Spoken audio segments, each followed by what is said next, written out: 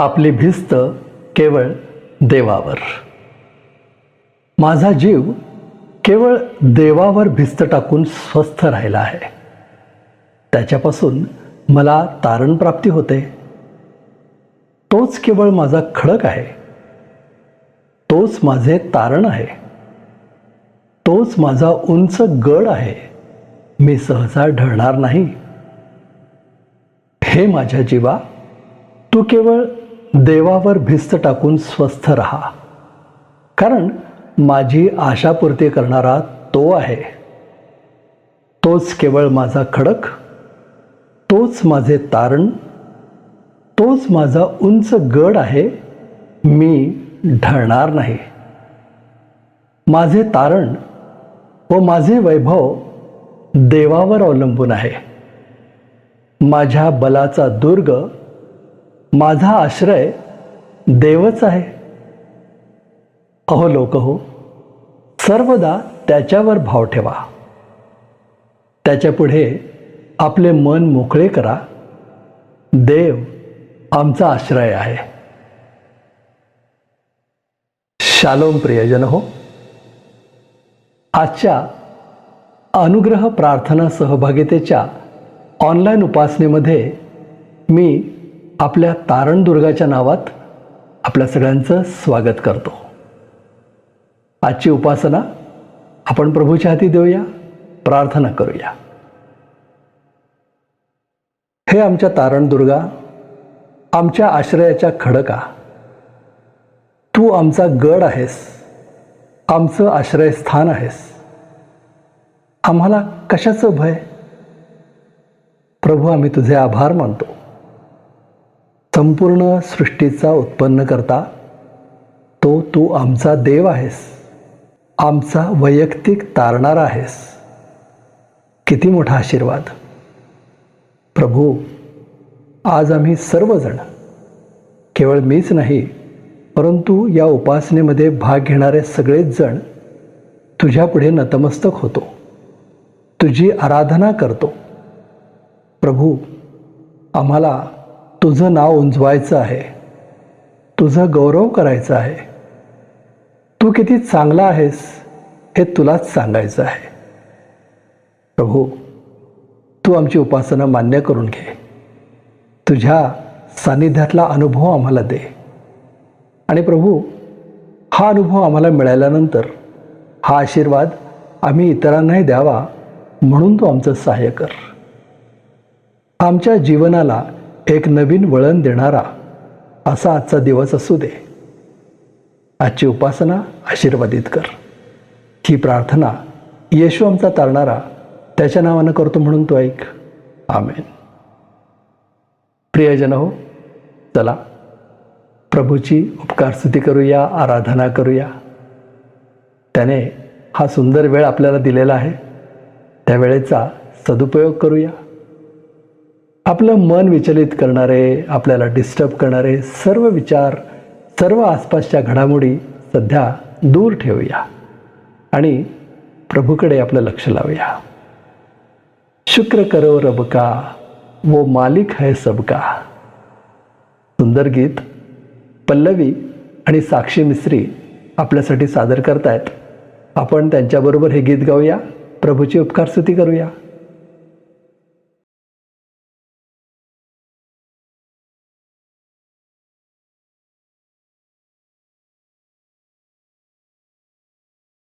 देवबाबांनी जे काही आपल्याला आजचा दिवस दिलेला आहे त्यामध्ये आपण त्याची स्तुतीच करत आहोत.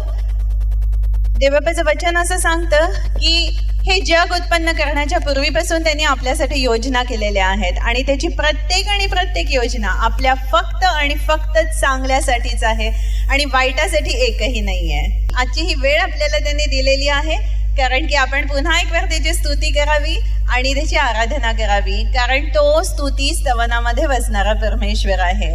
आमेन. सो आपण त्याच्या स्तुतीसाठी हे गीत गाणार आहोत. सगळ्यांना माहिती असेल कदाचित, शुक्र करो रब का, वो जो मालिक है सबका.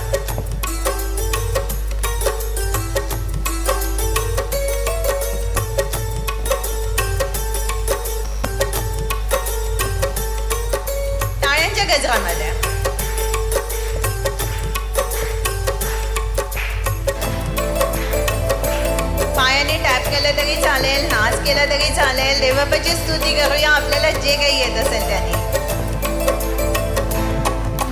शुक्र करो रब का, वो जो मालिक है सबका. शुक्र करो रब का, वो जो मालिक है सबका. सब उसकी तारीफें गाओ. जोरात टाळ्या. सब उसकी तारीफें गाओ, आओ उसके हुजूर में आओ. शुक्र करो रब का, वो जो मालिक है सबका. शुक्र करो रब का, वो जो मालिक है सबका.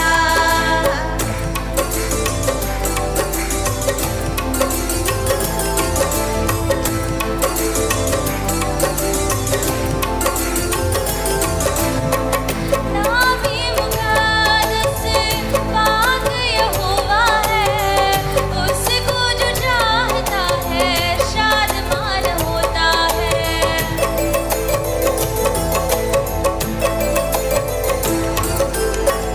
नामी मुक़द्दस पाक यहोवा है, उसको जो चाहता है शादमान होता है.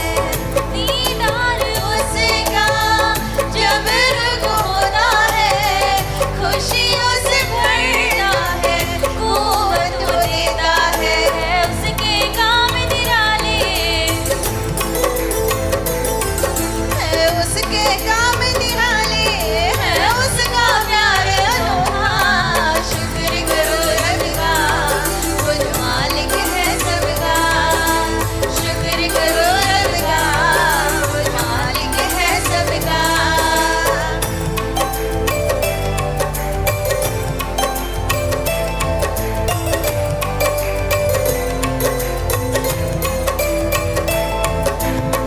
वो ही खुदावंद है, खुदा वो हमारा है. हाथों से अपने उसने सब कुछ Glory to बनाया God. है. Praise be to God. वो ही खुदावंद है, खुदा वो हमारा है. हाथों से अपने उसने सब कुछ बनाया है. अपने इरादों को वो याद रखता है, और अपने वालों को पूरा वो करता है. उसने जो भी फरमाया, उसने जो भी फरमाया वो करके है दिखलाया. शुक्र करो रब का, वो जो मालिक है सबका. शुक्र करो रब का, वो जो मालिक है सबका.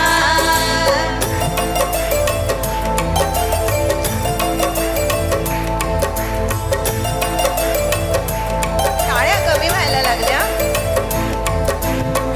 मुझसे दिखाए अपने लोगों को बचाया, तोड़ के जंजीरें उसने छुड़ाया.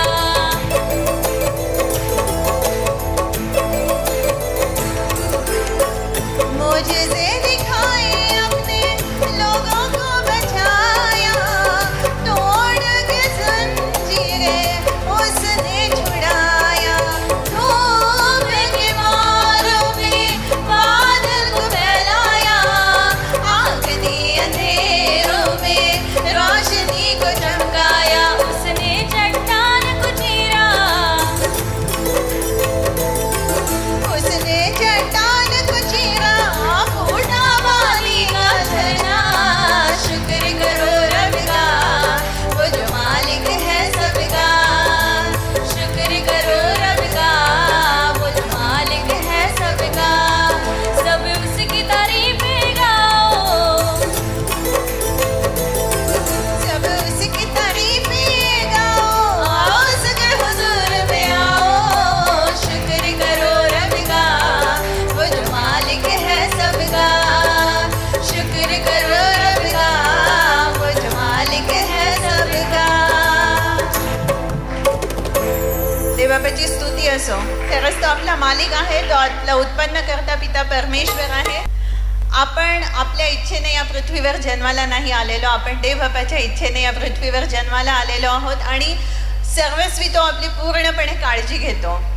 आपल्याला काय पाहिजे काय नको हे आपण मागण्याच्या आधीच त्याला सगळं काही माहिती आहे. देवबापाची स्तुती असो पुन्हा एक वेळ, आणि त्याच्या स्तुतीसाठी अजून एक गीत आपण गाऊया. आपल्याला जर येत असेल आमच्यासोबत आपण गाऊ शकता.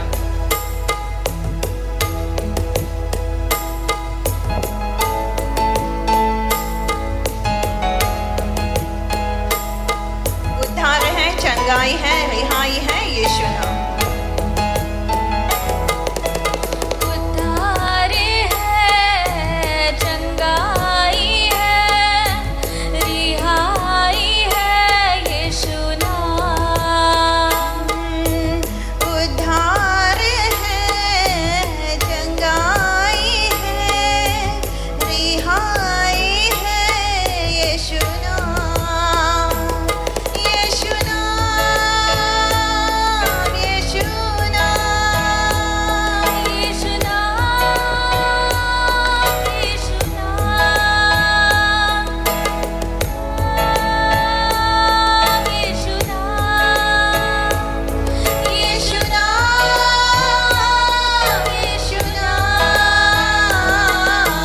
मुक्ति भी है, शक्ति भी है, भक्ति भी है यीशु नाम. मुक्ति भी है, शक्ति भी है, भक्ति भी है यीशु नाम. यीशु नाम, यीशु नाम, यीशु नाम, यीशु नाम, यीशु नाम, यीशु नाम. यीशु नाम, यीशु नाम. मीठा वो नाम, सच्चा वो नाम, अच्छा वो नाम यीशु नाम. मीठा वो नाम, सच्चा वो नाम, अच्छा वो नाम यीशु नाम. यीशु नाम. आप भी गाइए. यीशु नाम, यीशु नाम, यीशु नाम. यीशु नाम, यीशु नाम, यीशु नाम, यीशु नाम. यीशु नाम, यीशु नाम, यीशु नाम, यीशु नाम. यीशु नाम, यीशु नाम, यीशु नाम, यीशु नाम. यीशु नाम, यीशु नाम, यीशु नाम, यीशु नाम, यीशु नाम, यीशु नाम, यीशु नाम, यीशु नाम.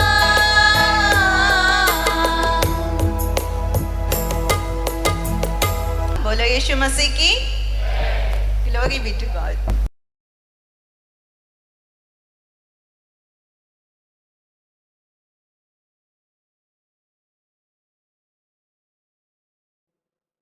पल्लवीताई, साक्षी या सुंदर गाण्यांमधून तुम्ही आमचं पुढारीपण केलं, प्रभूची स्तुती करण्यामध्ये आमचं सहाय्य केलं. तुमचे मनपूर्वक आभार. आता वेळ झाली आहे देवाचं वचन वाचण्याची. आजचं देवाचं वचन आपल्यासाठी वाचतायत पुण्याहून मिसेस शैलजा घाटगे.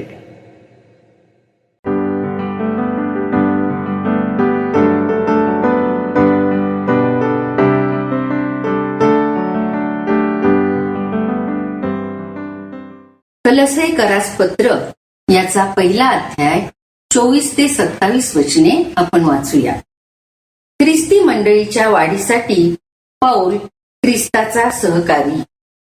तुम्हासाठी जी माझे दुःखे त्यामध्ये मी आनंद करीतो आणि ख्रिस्ताच्या क्लेशातले जे उरले आहे ते मी आपल्या देहाने त्याचे शरीर जी मंडळी तिच्यासाठी भरून काढीत आहे. देवाच्या वचनाची पूर्ण सेवा करावयास जो कारभार तुम्हासाठी देवाने मला सोपवून दिला, त्याप्रमाणे मी त्या मंडळीचा सेवक झालो. जे रहस्य युगानयुग पिढ्यानपिढ्या गुप्त ठेवलेले होते, परंतु आता त्याच्या पवित्र जनांना प्रकट झाले आहे, ते हे वचन होय. या रहस्याच्या गौरवाची संपत्ती परराष्ट्रीयांमध्ये काय आहे हे आपल्या पवित्र जनांना कळविणे देवाला बरे वाटले. गौरवाची आशा असा जो ख्रिस्त तुम्हामध्ये आहे तो ते रहस्य आहे. येथे शास्त्रपाठ संपतो.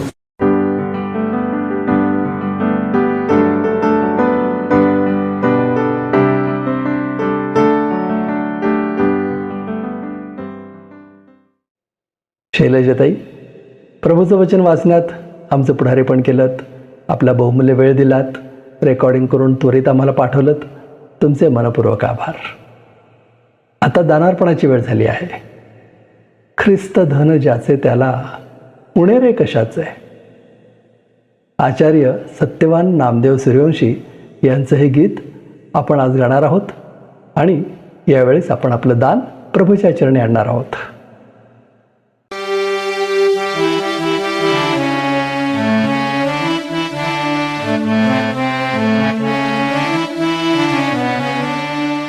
आपण उपासना संगीतामधून 745 क्रमांकाचं गीत गाऊया. ख्रिस्त धन ज्याचे त्याला पुणे रे कशाचे. अतिशय सुंदर गाणं आहे. मला असं वाटतं हे सर्वांच्या परिचयाचं आहे. आपण सर्व मिळून हे गाऊया, प्रभूची स्तुती आणि आराधना करूया आणि आपलं दान आपण परमेश्वराच्या सेवेसाठी, स्तुतीसाठी अर्पण करूया. ख्रिस्त धन ज्याचे त्याला पुणे रे कशाचे. काळाच्या दाढेत त्याला भय रे कशाचे. त्याला उणे रे कशाचे. अंधाराच्या राशी सरल्या प्रकाशात शोभे. पूर्णत्वात परले नटले दिव्य रूप ज्याचे. त्याला उणे रे कशाचे. ख्रिस्त धन ज्याचे त्याला उणे रे कशाचे. काळाच्या दाढेत त्याला भय रे कशाचे. त्याला उणे रे कशाचे. दीन दीन वृत्ती मेली समर्थता तेथे भरली. दिव्य स्फुरे अवनी दिपली. मूळच तेजाचे. त्याला उणे रे कशाचे. ख्रिस्त धन ज्याचे त्याला उणे रे कशाचे. काळाच्या दाढेत त्याला भय रे कशाचे. त्याला उणे रे कशाचे. असे मुखी विलसो तुझिया ख्रिस्त शिष्य मंगला. धन्य धन्य जगती तवरे. जीवन मोलाचे तुझला भय रे कशाचे. ख्रिस्त धन ज्याचे त्याला उणे रे कशाचे. काळाच्या दाढेत त्याला भय रे कशाचे. त्याला उणे रे कशाचे. आपण आपलं दान प्रभूच्या हातामध्ये सोपवूया, प्रार्थना करूया. आमच्या अत्यंत प्रेमळ परमेश्वरा, आम्ही तुझे मनापासून उपकार मानतो. आजचा सुंदर दिवस तुझ्या सानिध्यामध्ये तुझी स्तुती आराधना करण्यासाठी तू आम्हाला दिला आहेस. प्रभू, तू आमचं सहाय्य केलंस, आमचं मार्गदर्शन केलंस, तू आम्हाला चालवलंस, त्याबद्दल आम्ही तुझे उपकार मानतो. आमच्या आजपर्यंतच्या जीवनामध्ये प्रभू तू आमचं मार्गदर्शन केलंस, तुझी कृपा आम्हाला पुरवलीस, सर्व गोष्टींचा पुरवठा तू आम्हाला केलास. तुझे अनेक आशीर्वाद तू आमच्या जीवनामध्ये पाठवले आहेत. प्रभू, त्या सर्व आशीर्वादांबद्दल आम्ही मनापासून तुला धन्यवाद देतो. तू आमच्यावर केलेल्या उपकारांची जाणीव ठेवून अत्यंत अल्प असं दान आम्ही तुझ्या भांडारामध्ये आणलं आहे. प्रभू, या दानाचा तू स्वीकार कर, हे आशीर्वादित कर. या दानाचा उपयोग तुझ्या मंडळीची आध्यात्मिक वाढ होण्यासाठी, ख्रिस्ताची सुवार्ता अनेक लोकांपर्यंत पोहोचण्यासाठी, अनुग्रह प्रेयर फेलोशिप आणि हा संदेश ऐकणाऱ्या प्रत्येकाच्या जीवनामध्ये, कुटुंबांमध्ये प्रभू तुझं अद्भुत कार्य होण्यासाठी, तुझ्या वचनाची सेवा होण्यासाठी या दानाचा उपयोग तू करून घे, अशी आम्ही तुला विनंती करतो. या दानाबरोबरच आम्ही स्वतःला तुझ्या हातामध्ये सोपवतो. तू आम्हाला चालव, तू आमचं मार्गदर्शन कर. तुझ्या वचनावर मनन करत असताना प्रभू तू आमचं सहाय्य कर. पवित्र आत्म्याच्या द्वारे तू आमच्याशी बोल. ज्या गोष्टींची आज आम्हाला गरज आहे ते प्रभू आम्हाला ऐकायला मिळू दे. त्यामधून आमचं आध्यात्मिक जीवन अधिक समृद्ध व्हावं ही आमची प्रार्थना आहे. आम्ही सर्वजण स्वतःला तुझ्या हातामध्ये सोपवतो. तू आम्हाला चालव. तारणारा प्रभू येशू ख्रिस्त याच्या नावाने आम्ही ही प्रार्थना करतो म्हणून तो ऐक. आमेन. प्रियजनो, आता वेळ झाली आहे प्रभूचा संदेश ऐकण्याची. तुम्हाला तर माहीतच आहे, आपल्या सगळ्यांचे आवडते देवाचे सेवक रेव्हरंड संजय डेव्हिड गायकवाड प्रभूचं वचन आपल्यापर्यंत आणतायत. कलसेकराच्या पत्राचा आपण अभ्यास करत आहोत. आज भाग 11.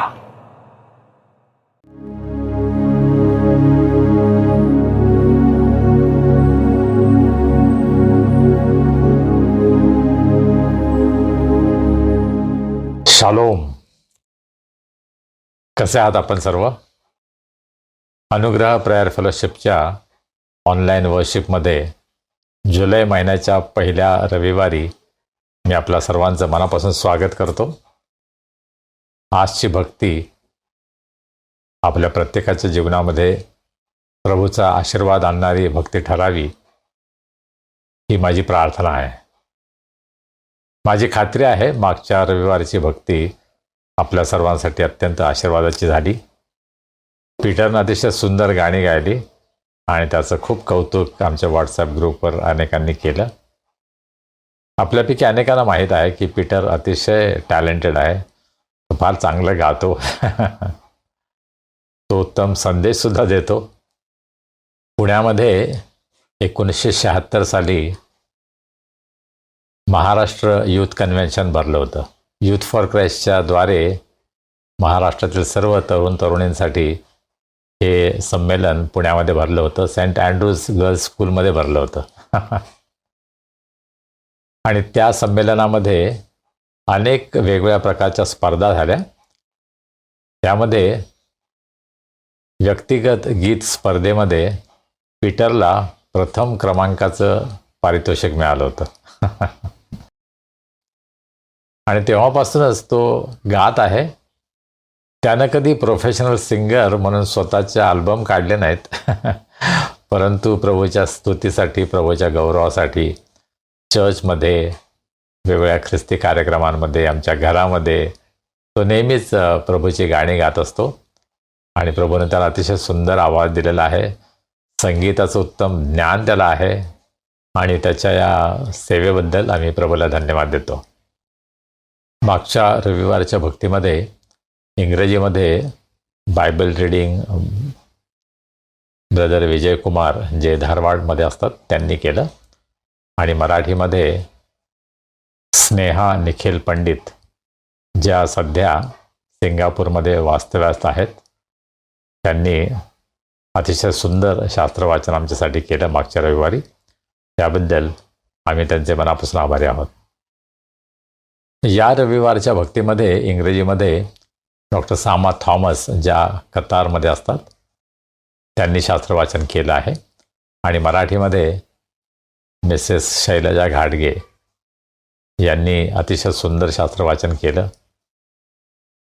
मला असं वाटतं मी त्यांना दुपारी 12 वाजता कळवलं की त्यांनी मला दुसऱ्या दिवशी सकाळपर्यंत द्यावं, परंतु काही तासातच 3 किंवा 4 वाजेपर्यंतच त्यांनी ताबडतोब आपलं रेकॉर्डिंग केलं आणि तो व्हिडिओ पीठाला त्यांनी पाठवून सुद्धा दिला. आपल्यामध्ये काही जण आहेत की अत्यंत तत्परतेनं ते आम्हाला प्रतिसाद देतात आणि या सेवेमध्ये ते सहभागी होतात. त्याबद्दल आम्हाला अतिशय आनंद वाटतो आणि आम्ही त्यांचे मनापासून आभार मानतो. कदाचित मागच्या रविवारी मी याचा उल्लेख केला असेल, मला आठवत नाही, परंतु महाराष्ट्रामध्ये एक वादळ सध्या उठलेलं आहे. कारण एका लोकप्रतिनिधीनं ख्रिस्ती पास्टर्स आणि फादर्स यांना धमकी दिली आहे की जर धर्मांतर करण्यासाठी ते कुठे आले तर त्यांना ठार करण्यात यावं आणि त्यासाठी 11 लाखाचं बक्षीस जाहीर करण्यात आलेलं आहे. ही अत्यंत दुःखाची गोष्ट आहे आणि त्याच्या विरुद्ध सर्व ठिकाणी मोर्चे निघत आहेत, निषेध व्यक्त केला जात आहे. परंतु आमचा एक तरुण स्वरित यानं मला प्रश्न विचारला की असे मोर्चे काढणं योग्य आहे का? त्यापेक्षाही अधिक आम्ही प्रार्थना करणं महत्त्वाचं नाही का? आणि हा फार चांगला प्रश्न आहे. होय, मोर्चाला आपण गर्दी करतो, परंतु आपण किती जण प्रार्थना करत आहोत? अंतःकरणापासून आपण प्रार्थना करत आहोत का? प्रभूला आपण आरोळी मारत आहोत का? कारण आमचं सहाय्य कोणत्या सरकारपासून येणार नाही. आमचं सहाय्य परमेश्वर पित्याकडून येणार आहे. आमचा सर्वसमर्थ देव परमेश्वर तो आम्हाला सहाय्य करतो आणि म्हणून आपण त्याच्यावर जास्त अवलंबून राहण्याची गरज आहे. सध्या संपूर्ण भारतभर ख्रिस्ती लोकांविरुद्ध वातावरण तयार होत आहे आणि गेल्या 10-11 वर्षांमध्ये हे वाढत आहे, हे सुद्धा आपण पाहिलेलं आहे. ख्रिस्ती सेवकांना, ख्रिस्ती मंडळीतील लोकांना धमक्या दिल्या जात आहेत, त्यांच्यावर हल्ले होत आहेत, त्यांना मारहाण केली जात आहे, त्यांना अटक केली जात आहे आणि यासाठी एकच कारण की ते धर्मांतर करतात. तुम्ही प्रार्थना जरी केली तरीसुद्धा तुम्ही धर्मांतराचा प्रयत्न केला अशा प्रकारे आरोप करण्यात येतो. पहा, खरं म्हणजे भारतीय राज्यघटनेनं आम्हाला जे काही मूलभूत अधिकार दिलेले आहेत त्याच्यावर हे आक्रमण आहे. योग्य ठिकाणी आम्ही तक्रार करायला पाहिजे, दाद मागायला पाहिजे, हे ठीक आहे, परंतु त्यापेक्षा अधिक आम्हाला प्रार्थनेमध्ये प्रभूसमोर नम्र होण्याची गरज आहे. पहा, ही फार चांगली गोष्ट आहे की मोठ्या संख्येनं ख्रिस्ती लोक एकत्र येत आहेत. परंतु आमच्या ख्रिस्ती संस्थांच्या बाबतीमध्ये आम्ही अशाच प्रकारे जागृत आहोत का? ख्रिस्ती संस्था, ख्रिस्ती मंडळ्या बंद पडत आहेत, त्याविषयी आम्ही एकत्र येत आहोत का? पुष्कळदा आमच्या मंडळीमध्ये, आमच्या संस्थांमध्ये आम्ही एकमेकांवरच आरोप करतो. अनेक ख्रिस्ती लोक आम्ही एकमेकांवरच कोर्ट केसेस करत आहोत. त्यामुळे अनेक ख्रिस्ती संस्था, मंडळांचं प्रचंड नुकसान होत आहे. त्याविषयी आम्ही गांभीर्याने विचार करण्याची गरज आहे. हो, बाहेरच्या लोकांपासून जेव्हा आम्हाला त्रास होतो, आमच्यावर हल्ले होतात, त्यावेळेस आमचं ऐक्य, आमची एकजूट दाखवण्याची गरज आहेच. परंतु आमच्या स्वतःच्या मंडळीमध्ये, संस्थेमध्ये जर अशा प्रकारे अन्याय होत असेल, अयोग्य गोष्टी घडत असतील, तर त्याविरुद्ध आपण आवाज उठवतो का?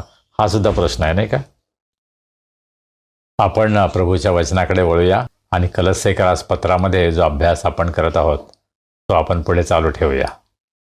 कलस्सेकरास पत्र याचा पहिला अध्याय 24 पासून पुढे आपण पाहूया.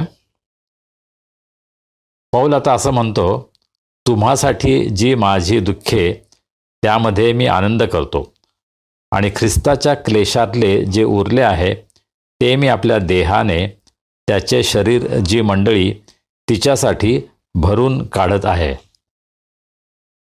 हे वचन कदाचित आमच्या मनामध्ये प्रश्न, संभ्रम निर्माण करेल, परंतु आपण त्यावर चर्चा करूया आणि आपण पाहूया की प्रभू यामधून आम्हाला काय शिकवू इच्छितो. पण आत्तापर्यंत पौल कलस्से येथील मंडळीविषयी बोलला. प्रभू येशू ख्रिस्ताविषयी त्यानं अनेक गोष्टी आपल्यासमोर आणल्या. प्रभू येशू ख्रिस्ताचं व्यक्तिमत्व, त्याचं कार्य याविषयी अनेक गोष्टी तो सांगत आहे आणि आता त्याचा बोलण्याचा रोख बदललेला आहे. आता तो स्वतःविषयी बोलत आहे आणि स्वतःविषयी आता काय गोष्टी सांगत आहे त्याचा अभ्यास आपण करणार आहोत. पौल स्वतःविषयी काय बोलत आहे, त्याच्यामागे काही कारणं आहेत का? आपण यापूर्वी पाहिलेलं आहे आणि त्यामागे 3 कारणं आहेत, ते आपण पाहूया. पहिली गोष्ट आपण यापूर्वी पाहिलं आहे की पौलानं कलस्से येथील मंडळीला भेट दिली नव्हती. तो तिथे गेला नव्हता. प्रत्यक्ष व्यक्तिगतरित्या त्यानं त्या लोकांची भेट घेतली नव्हती. परंतु एपफ्रस हा त्या ठिकाणी होता आणि त्याच्याकडून जी काही माहिती त्याला मिळाली आहे त्यावर आधारित हे पत्र तो लिहित आहे आणि खोट्या शिक्षणाच्या विरुद्ध तो मंडळीला, विश्वासणाऱ्यांना शिक्षण देत आहे. हे पत्र लिहिणं का आवश्यक आहे, या गोष्टींची चर्चा त्यांच्याबरोबर करणं हे पाऊलाला का आवश्यक वाटतं, हे पाऊल सांगत आहे. आणि म्हणून तो स्वतःविषयी बोलतो. आपण स्वतः काय आहोत, कसे आहोत, काय करत आहोत, याविषयी पाऊल थोडी माहिती आपल्याला या वचनांमध्ये देत आहे. दुसरी गोष्ट आपल्याला ही समजते की पाऊल हे पत्र तुरुंगातून लिहित आहे. स्वतः तुरुंगात असताना, स्वतः दुःखातून, छळातून जात असताना त्या मंडळीला उत्तेजन देणारे शब्द पाऊल या ठिकाणी वापरत आहे.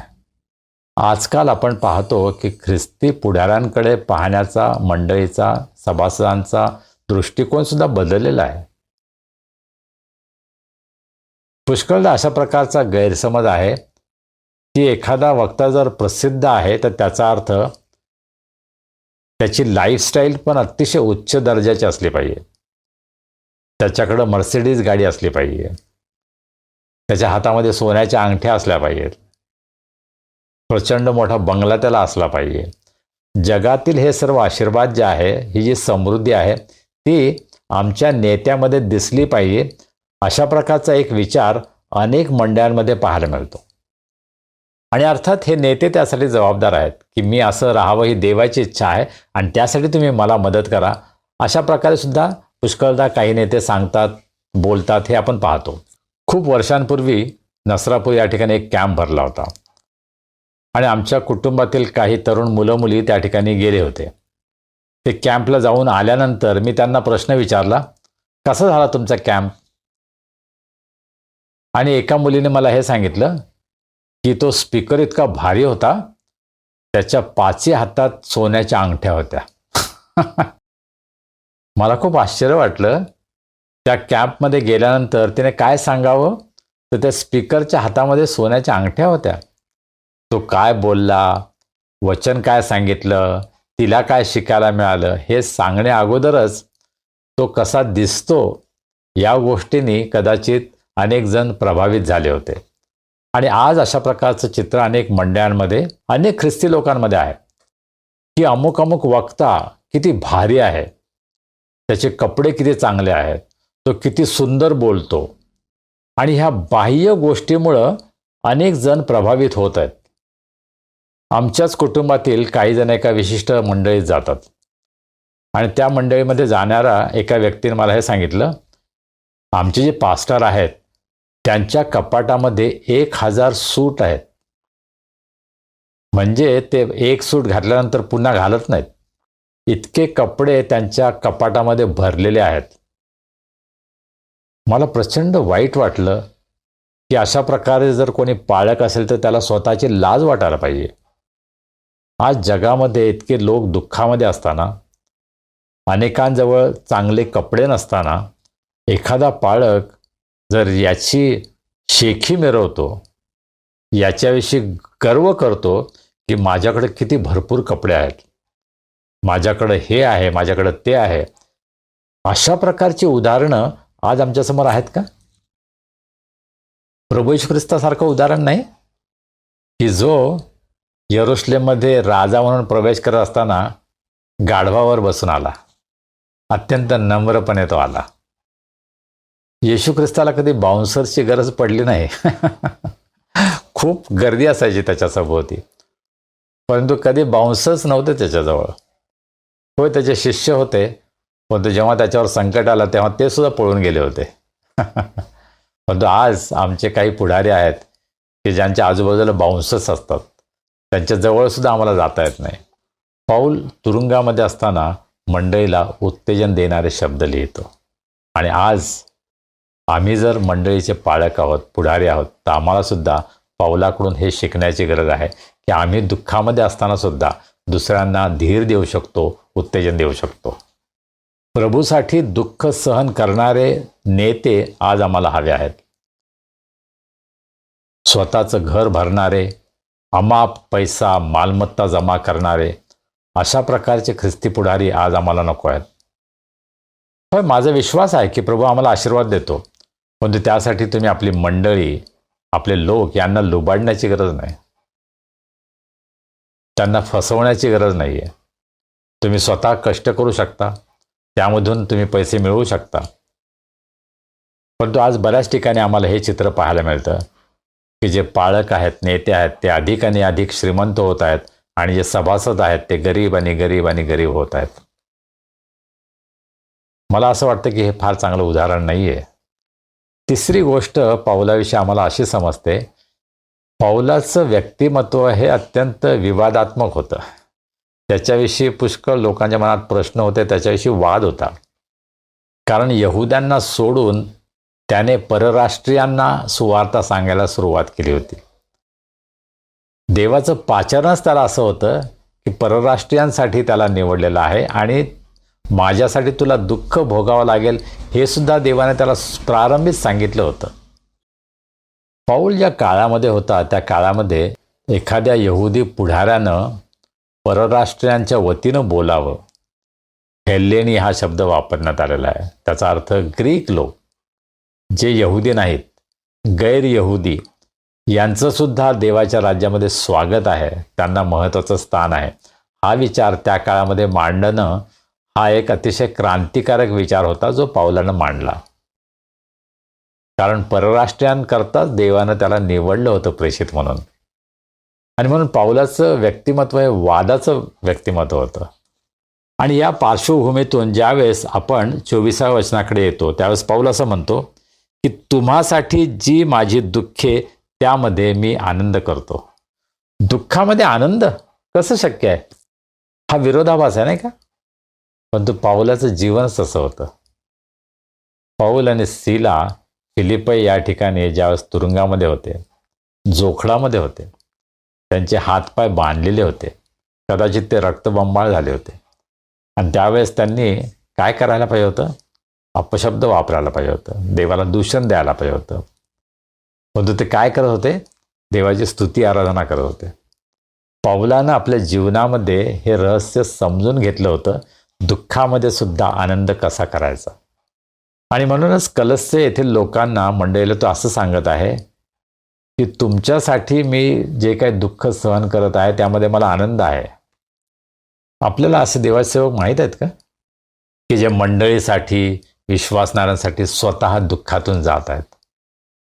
कदाचित शारीरिक दुःख नसेल, परंतु मानसिक दुःख, आध्यात्मिक दुःख, त्याच्या मनाला क्लेश होत आहेत, अंतकरणाला वेदना होत आहेत. अशा प्रकारचा अनुभव आज सेवकांमध्ये आहे का? आपल्या मंडळीसाठी अश्रू ढाळणारे सेवक आज आम्हाला आढळतात का हो? आज आम्हाला अशा सेवकांची गरज आहे. पौल म्हणतो तुम्हासाठी जी माझी दुःख त्यामध्ये मी आनंद करतो. हा पौल देवाला इतका समर्पित होता, इतका नम्र होता की मंडळीसाठी दुःख सहन करताना त्याला लाज वाटली नाही. त्यामध्ये सुद्धा त्याने आनंद केला. आणि आज आम्हाला पौलापासून शिकायचं आहे. लोकांच्यासाठी दुःख सहन करताना आम्हाला आनंद वाटायला हवा. पुष्कळदा आमची समस्या ही आहे की लोकांना आमच्यामुळं दुःख होतं तेव्हा आम्हाला आनंद वाटतो. चांगलं झालं, त्याला असंच पाहिजे होतं नाही का? परंतु इतरांसाठी मी दुःख करतो तेव्हा मला आनंद होतो का? हे एक फार सुंदर आध्यात्मिक तत्व आहे ज्याचा अनुभव आम्ही घेण्याची गरज आहे. आता याचा जो दुसरा भाग आहे ना, तो थोडासा कदाचित आमच्या मनामध्ये संभ्रम निर्माण करणार आहे. ख्रिस्ताच्या क्लेशातले जे उरले आहे ते मी आपल्या देहाने, त्याचे शरीर जी मंडळी तिच्यासाठी भरून काढत आहे. मला इंग्रजीमध्ये वाचू द्या. And in my own flesh I am completing what is lacking in Christ's sufferings for the sake of his body. येशू ख्रिस्ताचं जे दुःख सहन आहे त्यामध्ये मी काही हातभार लावू नाही शकत. पौलाच्या या लिखाणावरून कदाचित आमच्या मनामध्ये प्रश्न निर्माण होईल की पौल हे कसं बोलू शकतो, कसं करू शकतो.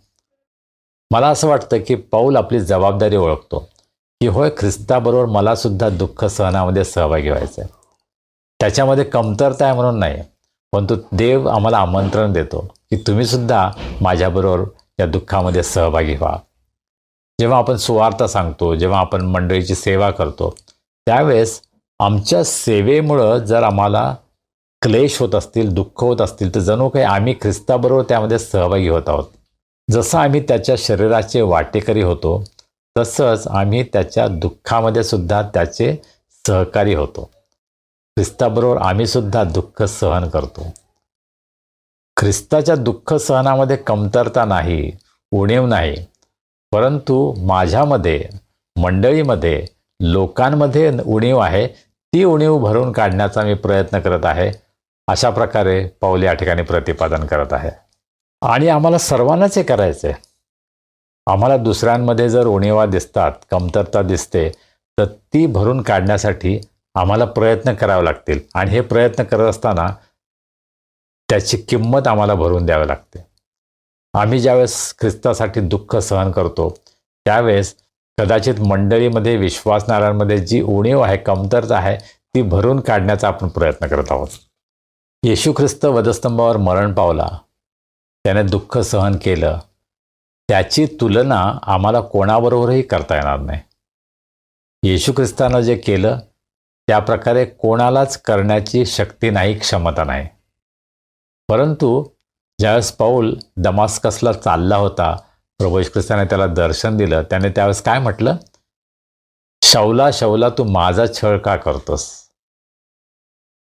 मंडळीचा छळ म्हणजे येशू ख्रिस्ताचा छळ, मंडळीचं दुःख म्हणजे येशू ख्रिस्ताचं दुःख. आणि त्याच प्रकारे जेव्हा आपण मंडळीसाठी दुःख सहन करतो, त्यावेळेस आपण येशू ख्रिस्ताच्या दुःखामध्ये सहभागी होतो. ख्रिस्ती जीवन हे अत्यंत खडतर जीवन आहे, दुःख सहनाचं जीवन आहे.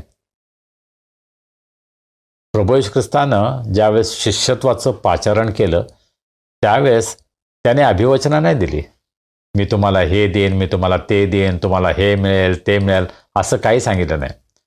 त्याने काय सांगितलं? जो कोणी माझ्या मागे येऊ पाहतो, त्याने आपला वधस्तंभ उचलावा आणि माझ्या मागे यावं. येशू ख्रिस्ताच्या मागे जाण्यासाठी आम्हाला दुःख सहनाची तयारी ठेवावीच लागते. पण कदाचित आज आम्ही अनेक सेवकांना ऐकतो, प्रभू येशू ख्रिस्तावर विश्वास ठेवा, तुमच्या सर्व समस्या दूर होतील, तुमचे सर्व आजार बरे होतील, तुम्हाला भरपूर पैसा मिळेल, तुम्हाला गाडी मिळेल, तुम्हाला हे मिळेल, तुम्हाला ते मिळेल. देवाच्या वचनामध्ये ही अभिवचनं अजिबात आढळत नाहीत. होय, प्रभू येशू ख्रिस्ताने आपल्या शिष्यांना सांगितलं, मी आपली शांती तुम्हाला देतो. जगिक गोष्टी नाहीत, मी आपली शांती तुम्हाला देतो, असं अभिवचन प्रभू येशू ख्रिस्ताने दिलं. परंतु नव्या करारामध्ये अशा प्रकारची अभिवचनं आम्हाला आढळत नाहीत की देव तुम्हाला हे देईल, देव तुम्हाला ते देईल. अर्थात प्रभू येशू ख्रिस्ताबरोबर आज्ञापालनामध्ये चालण्याचे अनेक आशीर्वाद आम्हाला आपोआप प्राप्त होतात. देव कदाचित नव्या करारामध्ये स्पष्टपणे आम्हाला सांगत नाही की येशू ख्रिस्तावर विश्वास ठेवल्यामुळे तुम्हाला हा आशीर्वाद मिळेल, तो आशीर्वाद मिळेल. तरीसुद्धा आज्ञापालनाचे जे काही परिणाम आहेत ते आपोआपच आपल्या जीवनामध्ये आपल्याला अनुभवास येतात. मग साधी गोष्ट आहे देवाला देण्यासंबंधी. आम्ही जेव्हा देवाला देण्याचं रहस्य समजून घेतो आणि त्या सेवेमध्ये आपण सहभागी होतो, त्यावेळेस आम्हाला हा अनुभव येतो की देव आमच्या गरजा पूर्ण करतो. जे प्रभूशी विश्वासू आहेत, जे प्रभूच्या मार्गामध्ये चालतात, त्यांना कोणत्याही गोष्टींची कमतरता पडत नाही, कमी पडत नाही, हा त्यांना अनुभव आहे. पण त्याचं रहस्य हे आहे की ते आज्ञापालन करतात. आज्ञापालनाचे जे आशीर्वाद आहेत ते आम्हा सर्वांना मिळतात. पण तुम्ही प्रभू येशूवर विश्वास ठेवा, तुम्हाला हा आशीर्वाद मिळेल, तो आशीर्वाद मिळेल, या प्रकारचे आमिष आपण दाखवण्याची गरज नाही. प्रभू येशू ख्रिस्ताने एकच अभिवचन दिलं, येशू ख्रिस्तावर विश्वास ठेवण्याद्वारे आम्हाला पापांची क्षमा मिळते, आम्हाला सार्वकालिक जीवन मिळतं. जगिक आशीर्वादांविषयी नवा करार तरी आम्हाला शिकवत नाही. बहुतेक जे सेवक आहेत ते जुन्या कराराचा उपयोग करतात की कशा प्रकारे अब्राहमाला, दाविदाला आणि वेगवेगळ्या सेवकांना देवाने आशीर्वाद दिला. परंतु जुन्या कराराची परिपूर्ती येशू ख्रिस्तामध्ये झाली आम्ही आता येशू ख्रिस्ताचे शिष्य आहोत. येशू ख्रिस्त आम्हाला काय आज्ञा देतो त्या आज्ञेमध्ये आम्हाला चालायचं आहे. ज्यावेळेस आपण येशू ख्रिस्तावर विश्वास ठेवतो त्यावेळेस त्याच्या दुःख सहनामध्ये सुद्धा आपण सहभागी व्हावं यासाठी तो आम्हाला आमंत्रण देतो. आणि जे प्रभूचे खरे सेवक आहेत ना, त्यांना निश्चित याचा अनुभव येतो की ते अनेक दुःखातून जातात, पण त्यांना ही खात्री असते की प्रभू माझ्याबरोबर आहे, प्रभूनं मला सोडलं नाही. आणि प्रभूच्या सानिध्यामध्ये सर्व प्रकारच्या दुःखांना संकटांना सुद्धा ते सहज सामोरे जातात. हा आपला अनुभव आहे का? पुढे 25व्या वचनामध्ये पाऊल असं म्हणतो, देवाच्या वचनाची पूर्ण सेवा करावयास जो कारभार तुम्हासाठी देवाने मला सोपवून दिला त्याप्रमाणे मी त्या मंडळीचा सेवक झालो. आपल्या पाचारणाविषयी पुन्हा अत्यंत खात्रीपूर्वक पाऊल सांगत आहे. मला काहीतरी व्हिजन झालं, मला कोणीतरी सांगितलं, माझ्या आईवडिलांमुळे किंवा ह्याच्यामुळे त्याच्यामुळे मी देवाचा सेवक झालो असं पाऊल सांगत नाही. जरी त्याचा तो अनुभव होता तरी सुद्धा ते तो सांगत नाही. तो काय म्हणतो? देवानं मला हे सोपून दिलं. पाऊलाला जी सेवा होती ती त्याला देवापासून प्राप्त झाली होती याची त्याला खात्री होती. मी किती शिकलो आहे, माझ्याकडे किती पैसा आहे, माझ्याकडे हे आहे आणि ते आहे, त्यामुळे मी देवाची सेवा नाही करू शकत. देवानं ती सेवा माझ्यावर सोपवायला हवी. त्यासाठी मी पात्र आहे का हा विचार मला करायला हवा. देव आम्हाला त्याच्यासाठी पात्र करतो. आम्ही पात्र होत नाही स्वतःच्या इच्छेनं, स्वतःच्या मनानं, स्वतःच्या शक्तीनं. तो आम्हाला त्याच्या सेवेसाठी योग्य ठरवतो, पात्र ठरवतो. आणि म्हणून आपण त्याला अधीन होणं, त्याच्या स्वाधीन होणं हे महत्त्वाचं आहे. या वचनामध्ये इतक्या गोष्टी सांगितल्यात ना, देवाच्या वचनाची पूर्ण सेवा कराव्यासाठी. देवाची सेवा म्हणजे देवाच्या वचनाची सेवा. आपण पुष्कळदा म्हणतो मी सेवा करतो आणि मग मी म्हणतो मी हे केलं, मी ते केलं. परंतु मला असं वाटतं प्रामुख्यानं देवाची सेवा म्हणजे देवाच्या वचनाची सेवा. आम्हाला देवानं त्याच्या वचनाची सेवा करण्यासाठी निवडलेलं आहे आणि ते आपण ओळखून घेण्याची गरज आहे. हो, ही फार चांगली गोष्ट आहे की आम्हाला चांगलं गाणं गाता येतं, आम्हाला चांगलं बोलता येतं, आम्हाला बऱ्याच इतर चांगल्या गोष्टी करता येतात आणि त्यांचा उपयोग देव करून घेतो. त्याच्या सेवेसाठी आमच्या प्रत्येक दानाचा, प्रत्येक गोष्टीचा उपयोग तो करून घेतो. परंतु मला असं वाटतं की देवाच्या वचनाची सेवा ही अत्यंत महत्त्वपूर्ण सेवा देव आम्हाला देतो. मला या ठिकाणी अजून एक गोष्ट आवडते की तो म्हणतो देवाच्या वचनाची पूर्ण सेवा. अर्धवट सेवा नाही, टेम्पररी तात्पुरती सेवा नाही, देवाच्या वचनाची पूर्ण सेवा. मला खूप आनंद वाटतो की मी तरुणपणीच माझं जीवन प्रभूला समर्पित केलं आणि 22व्या वर्षापासूनच मी देवाच्या सेवेला सुरुवात केली. अनेकांना रिटायरमेंट नंतर आता वेळ कसा घालवायचा म्हणून देवाची सेवा करण्यासाठी अचानक उत्साह निर्माण होतो. मला कोणाला कमी लेखायचं नाही, टीका करायचं नाही, कोणावर टोमणे मारायचे नाहीत, परंतु ही वस्तुस्थिती आपण स्वीकारूया. आयुष्यभर आपण पैसे मिळवण्याच्या मागे असतो. आयुष्यभर आपण पैसे कमवतो, स्वतःच्या इच्छेप्रमाणे जीवन जगतो आणि मग आयुष्याच्या अखेरीस आम्हाला देवाच्या सेवेची आठवण होते. आमचं उत्तम ते आम्ही जगासाठी देतो आणि जे उरलेलं आयुष्य आहे ते आम्हाला असं वाटतं की देवानं आता त्याचा उपयोग करावा. विशेषतः मला हे आढळलेलं आहे की काही जणांना दीक्षा हवी असते. मग त्यासाठी तरुणपणी ते प्रयत्न करत नाहीत, परंतु रिटायरमेंट झाल्यानंतर, सर्व काही झाल्यानंतर, सगळ्या जगातील गोष्टींचा आनंद लुटल्यानंतर मग त्यांना असं वाटतं आता जर मला दीक्षा मिळाली, आता जर मला ऑर्डिनेशन मिळालं, ते मी प्रभूची किती चांगली सेवा करेन. तरुणपणी आम्ही हा विचार का करत नाही बरं? देवाला तुमची तरुणपणी गरज नव्हती? देव तर आम्हाला नेहमीच बोलवतो, परंतु आम्ही आपलं काम, आपल्या जबाबदाऱ्या संपवण्याची वाट पाहतो. पाऊलाचं असं म्हणणं आहे की देवाच्या वचनाची पूर्ण सेवा करावयास जो कारभार तुम्हासाठी देवाने मला सोपवून दिला त्याप्रमाणे मी त्या मंडळीचा सेवक झालो. मी मंडळीचा सेवक झालो. सेवक म्हणजे अधिकार, सेवक म्हणजे सुख, रुबाब, मला काय मिळेल हा विचार नाही. मी मंडळीचा सेवक झालो. देवानं मला मंडळीसाठी दिलेला आहे. मंडळीने माझी सेवा करावी, मंडळीने माझी काळजी घ्यावी, या प्रकारे पाऊल पाहत नाही. परंतु मला मंडळीसाठी दिलेलं आहे. मी मंडळीचा सेवक झालो आहे आणि देवानं हे सोपून दिलेलं आहे. ही जी सेवा आहे ती देवानं सोपून दिलेलं आहे. आणि किती आवश्यक आहे नाही का आम्हा सर्वांना समजून घेणं की सेवक हा मंडळीला देवानं दिलेला आहे, मंडळीच्या सेवेसाठी, मंडळीच्या उन्नतीसाठी. आणि पहा, सेवकाची सेवा ही प्रामुख्यानं आध्यात्मिक सेवा आहे. त्यामध्ये कदाचित अनेक जगिक गोष्टी असतील, व्यावहारिक गोष्टी असतील, सामाजिक गोष्टी असतील, परंतु प्रामुख्यानं देव मंडळीमध्ये एखाद्या सेवकाला निवडतो आणि त्याच्यावर सेवा सोपवून देतो, तेव्हा ती आध्यात्मिक सेवा असते. आपल्या लोकांची, मंडळीतील विश्वासणाऱ्यांची आध्यात्मिक काळजी घेणं, त्यांचं संगोपन करणं, पालनपोषण करणं, त्यांची उन्नती, प्रगती होईल यासाठी प्रयत्न करणं, हा सेवकाचा उद्देश असला पाहिजे. त्यासाठी देवानं सेवकाला निवडलं आहे. आम्ही जर सेवक आहोत तर आमच्या जीवनामधून हे होत आहे का, हा प्रश्न आम्हाला विचारावा लागेल. आणि आम्ही जर मंडळीमध्ये आहोत तर आमच्या सेवकांकडून आम्ही ही अपेक्षा करतो का, माझी आध्यात्मिक उन्नती होण्यासाठी, आध्यात्मिक गरज पूर्ण होण्यासाठी देवानं या सेवकाला मला दिलेला आहे. पुष्कळदा सेवक मंडळीकडं जगिक फायदा काय होईल या दृष्टिकोनातून पाहतो आणि पुष्कळदा मंडळीसुद्धा सेवकांकडं मला जगिक काय फायदा होईल, यामध्ये मला काय मिळेल, लाभ होईल या दृष्टिकोनातून पाहत असतात. हे वास्तव आज आपल्याला पाहायला मिळतं. आणि म्हणून आम्हाला आमचं प्राधान्य ठरवायला हवं. मंडळीमध्ये जो सेवक आहे तो ख्रिस्ताचं प्रतिनिधित्व मंडळीसाठी करत आहे. ख्रिस्ताची सेवा करण्यासाठी देवानं त्याला मेंढपाळ म्हणून निवडलेला आहे.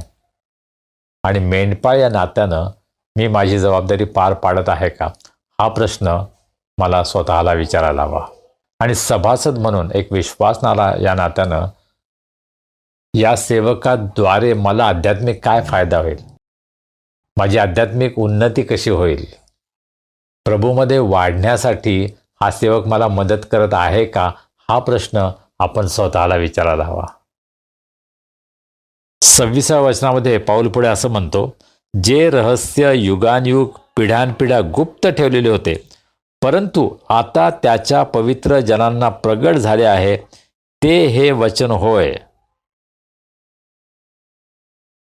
आणि मग पुढे पाऊल असं म्हणतो, या रहस्याच्या गौरवाची संपत्ती परराष्ट्रीयांमध्ये काय आहे हे आपल्या पवित्र जनांना कळविणे देवाला बरे वाटले. गौरवाची आशा असा जो ख्रिस्त तुम्हामध्ये आहे तो ते रहस्य आहे. जे रहस्य युगानयुगे गुप्त होतं ते रहस्य देवानं प्रगट केलं आहे. काय आहे बरं हे रहस्य? हे रहस्य म्हणजे सुवार्ता. देवानं आपल्या पुत्राला जगाचा तारणारा म्हणून पाठवला आहे. ही सुवार्ता हे एक रहस्य होतं. आपण संपूर्ण जुना करार जेव्हा पाहतो त्यामध्ये आपल्याला मसीहाचं दर्शन होतं, तारणाऱ्याचं दर्शन होतं, परंतु तो तारणारा लपलेला आहे, तो गुप्त आहे. प्रभू येशू ख्रिस्त आम्हाला स्पष्टपणे, कदाचित उघडपणे दिसत नाही, परंतु प्रभू येशू ख्रिस्त सर्वत्र आहे. आणि आता नव्या कराराच्या मंडळीमध्ये येशू ख्रिस्त आम्हाला प्रगट झाला आहे. देवानं स्वतःला येशू ख्रिस्ताच्याद्वारे या जगामध्ये प्रगट केलं आणि ज्यांनी त्याच्यावर विश्वास ठेवला त्यांना त्याची तारणारा म्हणून ओळख झाली आहे. हे अत्यंत गौरवी सत्य आहे, रहस्य आहे आणि ते रहस्य देवानं आम्हाला प्रगट केलं आहे. आणि हे रहस्य कसं प्रगट केलं? त्याच्या वचनाद्वारे. देव आपल्या वचनाद्वारे देवाचं रहस्य प्रगट करतो. त्यासाठी आम्हाला इकडे तिकडे पळायची गरज नाही. हा सेवक, हा संदेष्टा, हा प्रॉफेट आणि तो अपॉस्टल काय सांगतो हे ऐकायची गरज नाही. आम्हाला स्वतःला देवाच्या वचनात जाण्याची गरज आहे. देवाचं वचन जे त्यानं आम्हाला दिलं आहे त्या वचनामध्ये आम्हाला रममाण होण्याची गरज आहे. त्यामध्ये खोल आम्हाला जाण्याची गरज आहे आणि ते वचन देवाचं रहस्य आम्हाला प्रगट करतं. आम्हाला याची सवय लावून घ्यायला पाहिजे की देवाचं रहस्य समजून घेण्यासाठी मी देवाच्या वचनामध्ये जाईन. आणि या रहस्याविषयी बोलताना पौल असं म्हणतो, या रहस्याच्या गौरवाची संपत्ती परराष्ट्रीयांमध्ये काय आहे हे आपल्या पवित्र जनांना कळवणे देवाला बरे वाटले. देवाला काय बरं वाटलं? हे रहस्य परराष्ट्रीयांसाठी सुद्धा आहे हे पवित्र जनांना प्रगट करायला हवं. पहा, प्रभू येशू ख्रिस्त शमरोनी स्त्रीशी जेव्हा बोलला त्यावेळेस तो हे सत्य प्रगट करत होता. देवाचं तारण सर्वांसाठी आहे. देवानं केवळ यहुदी लोकांना नाही निवडलं, परंतु संपूर्ण जगासाठी देवाचं तारण त्याला मोकळं करायचं होतं, उघड करायचं होतं. देवाचे लोक म्हणून जीवन जगण्यात यहुदी राष्ट्र अपयशी ठरलं. त्यांनी देवाच्या विरुद्ध बंड केलं. त्यांनी देवाला ओळखलं नाही.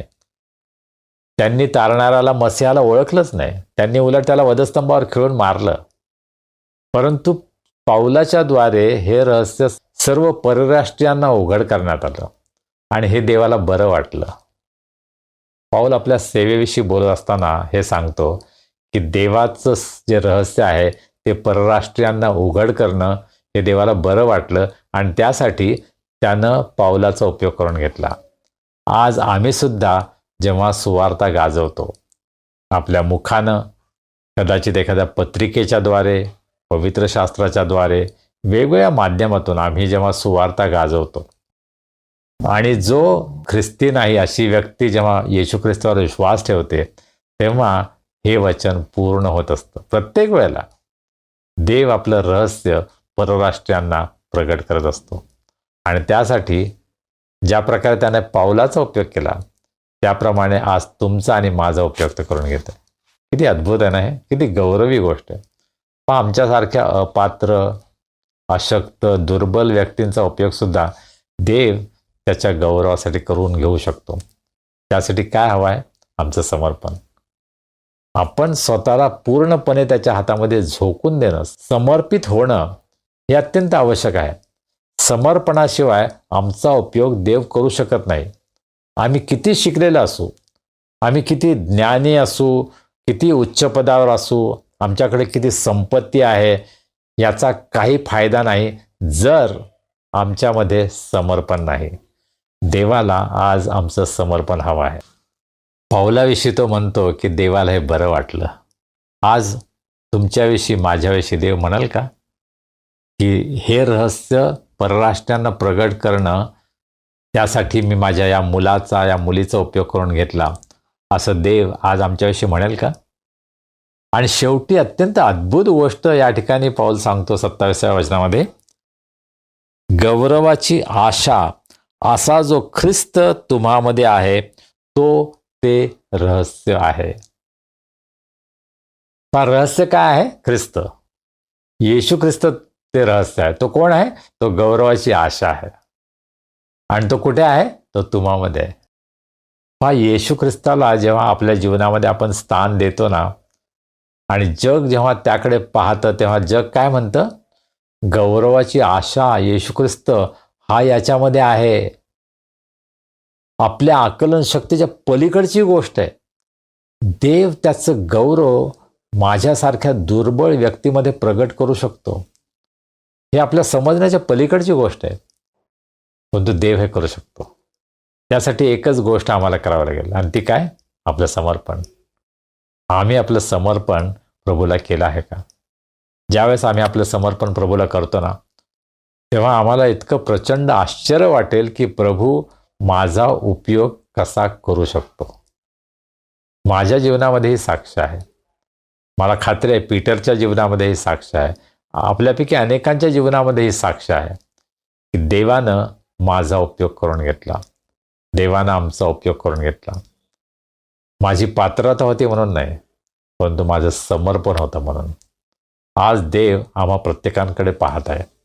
आम्ही आपलं संपूर्ण समर्पण त्याला करण्यासाठी तयार आहोत का? देव बाप आम्हा सर्वांना आशीर्वादित करो. आमेन. प्रार्थना करूया. सर्व समर्थ जिवंत प्रभुदेवा, आम्ही तुझे मनापासून उपकार मानतो, कारण की तू आमच्यावर किती प्रेम करतोस. प्रभू, तू आमची काळजी घेतोस.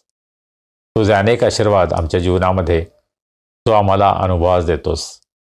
तुझ्या विश्वासूपणाचा, चांगुलपणाचा आम्ही रोज आणि रोज अनुभव घेतो. प्रभू, आज तुझं जे वचन आमच्याकडे आलं आहे, त्या वचनाद्वारे तू आमच्याशी बोलला आहेस. तुझ्या महान गहन गोष्टी तू आम्हाला प्रगट केल्या आहेत. प्रभू, त्याबद्दल आम्ही तुझे मनापासून उपकार मानतो. तुझ्या पवित्र आत्म्याच्या द्वारे प्रभू, तुझ्या वचनाचा उलगडा तू आम्हाला करतोस.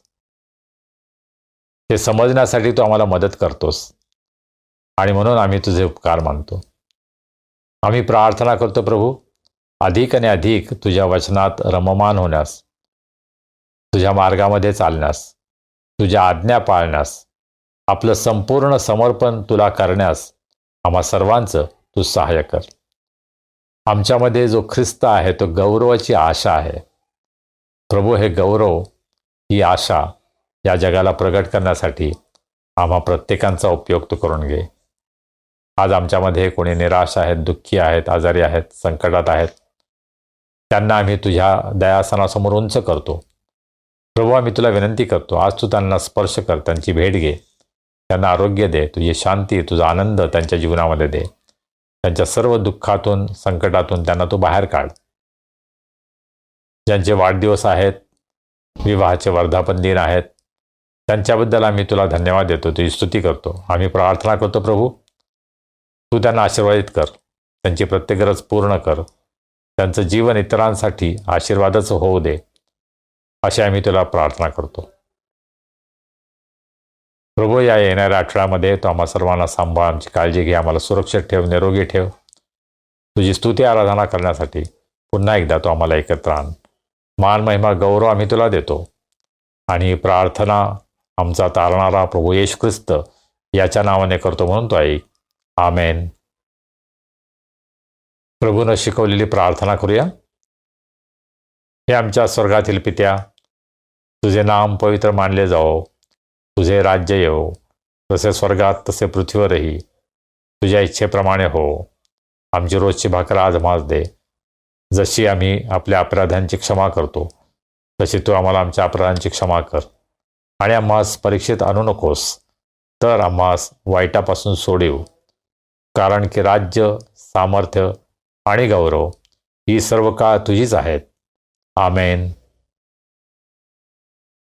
आणि आता देव बापाची प्रीती, प्रभू येशू ख्रिस्ताची कृपा, पवित्र आत्म्याची सहभागिता, शांती, आनंद आणि आरोग्य आम्हा सर्वांसह, आमच्या कुटुंबाबरोबर, देवाच्या सर्व लोकांबरोबर आता आणि सदा सर्व काळ असो. आमेन.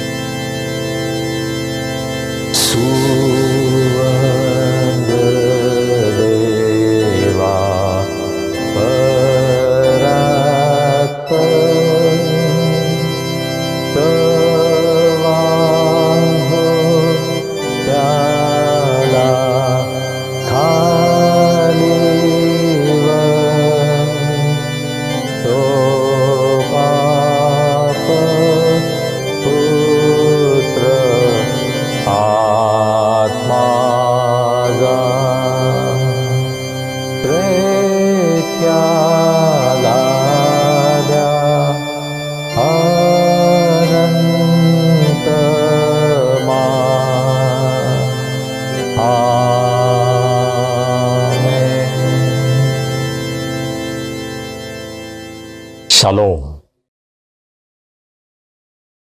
प्रियजन हो, उपासना आवडली, प्रभूनं आशीर्वाद दिला, मग हा आशीर्वाद आपल्यापर्यंत ठेवणार नाही ना? तुम्हाला माहिती आहे ना काय करायचं आहे? आणि अभिप्राय आम्हाला पाठवा. आता भेटूया पुढील रविवारी. तोपर्यंत शालोम.